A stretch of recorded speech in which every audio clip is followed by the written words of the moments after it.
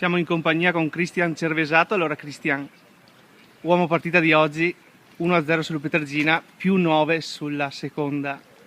Cosa può... Una gran domenica. Una gran domenica. Niente da dire. È stata una bella partita, soprattutto al primo tempo da parte nostra. Abbiamo giocato, abbiamo fatto girare bene la palla. Il secondo tempo siamo calati un po' fisicamente, anche perché agivamo anche tanto di ripartenze. Dopo logicamente noi ci siamo un po' arretrati perché sull'1-0 magari paura. Abbiamo giocato un po' meno, però secondo me è una gran partita di carattere. Mercoledì avete un'altra partita importante a Ponzano. Ponzano che deve salvarsi. Come sarà la partita di mercoledì sera? Sarà difficile perché noi con le piccole, tra virgolette, facciamo fatica. L'abbiamo visto con il Concordia 1-0 tirato, con il Gruaro siamo andati sotto. Facciamo fatica, sempre con le piccole facciamo fatica.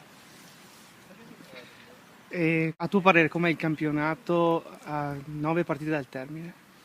Difficile ancora.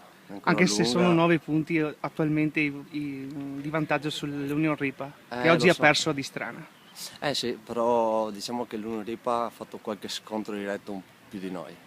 Noi abbiamo ancora la Leventina, abbiamo il Favaro, abbiamo la Feltrese, abbiamo l'Istrana, appunto lì a Piave.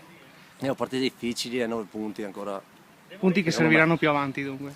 Sì, perché loro secondo me faranno fatica a perderne. No. Ringraziamo Cristian Cervesato e buon campionato. Grazie.